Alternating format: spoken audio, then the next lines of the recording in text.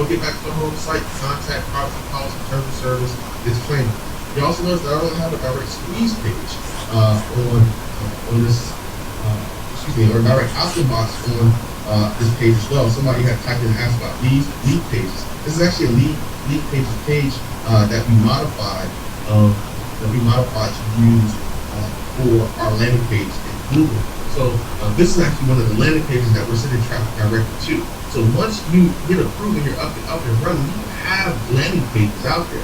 And we actually got this model from looking at some of the bigger companies out there that market stock and trading desks. If you look at the landing pages, and I'll show you an example of what I'm talking about here in a little bit. But if you look to the landing pages are sometimes the squeeze pages, option box, etc. But if you go to the root of the site, you can see that it's a full-blown site with a lot of content, information, and a lot of the other things that I just shared with you. So basically, someone will come here, click here, and then I have an opt-in right here. And again, I'll also have a disclaimer about spam and what we're going to do with that information. So we let them know our private email address. You can expect to receive additional communication from us in the form of email. You may subscribe at any time. You can also read our privacy policy here. So again, I'm really emphasizing on privacy policies and putting all the full disclaimers. So we're 100% transparent. And again, this particular offer is about note investing, but it's applicable to any type of offer that you would want to run. All right. So those are like the main things. Feel free. You can come in and copy the layout of the site. Just don't copy it exactly, but copy the layout of it. See, pick it apart. And use it in your business because this is something that just recently was reviewed by Google and improved. All right. Awesome. So let's switch back here to presentation.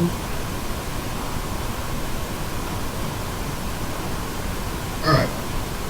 So those are all the issues. That's how you resolve all your on-site stuff with Google. All right. So keep campaign pre-planning and setup. Are you running display campaigns versus search campaigns? Now, if you're running a search campaign, I may not be as aggressive with my landing pages, meaning that in addition to the last landing page that I showed you, I would have additional content under that landing page. But since this is not a search campaign that I'm focused on, the quality scoring algorithm is much different from the display network versus the search network. So for this presentation and going forward, I'm going to be speaking and focusing exclusively on the display network. And the reason that I put most of my emphasis and focus on there is not only because of the quality score, but also there's a lot more traffic. You can get it a lot cheaper as well in display versus search. All right.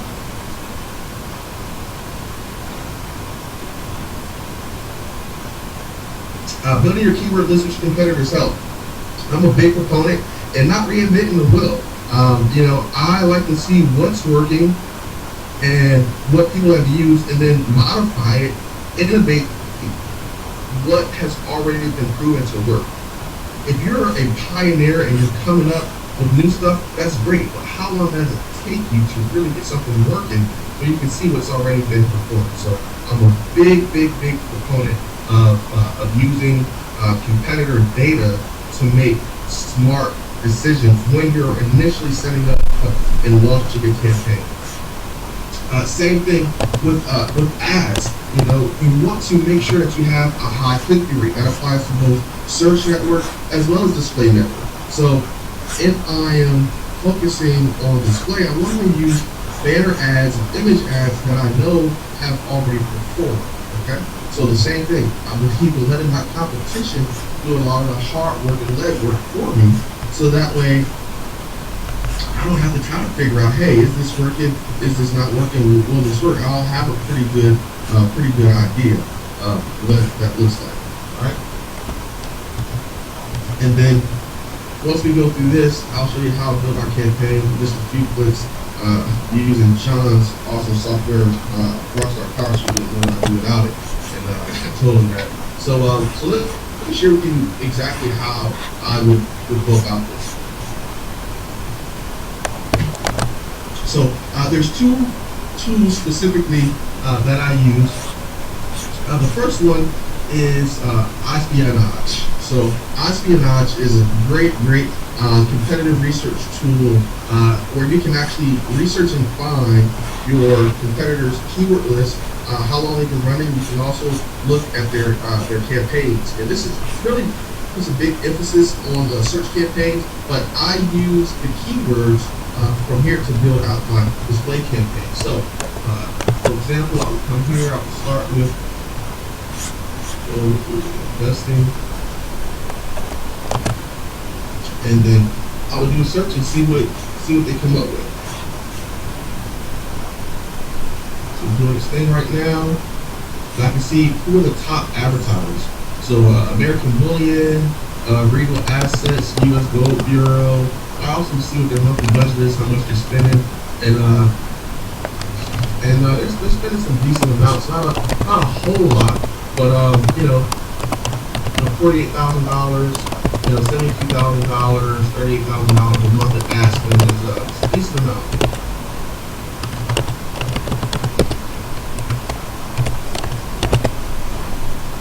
So let's say that I want to pull down the keyword list here. You can see all the keywords that are listed here: 957, 873, 3,905. I'm going to go with US Gold Bureau and see what we come up with. Alright, so I can see that the ads going to take a dip in June, but kind of kick back up. It's not quite at its peak, but it's still there. And these are like their top keywords. So if I wanted to rip all these keywords based off I'm here, and I can actually narrow their results. So I'll kind of go through and say, okay, are there certain metrics, such as cost per click? Well, I want to make sure that I'm only dealing with keywords that are a certain cost per click, or keywords that have been seen at least for 3 months. Because if someone has been bidding on the same keyword for 3 months, it's a very good chance that that keyword has been profitable.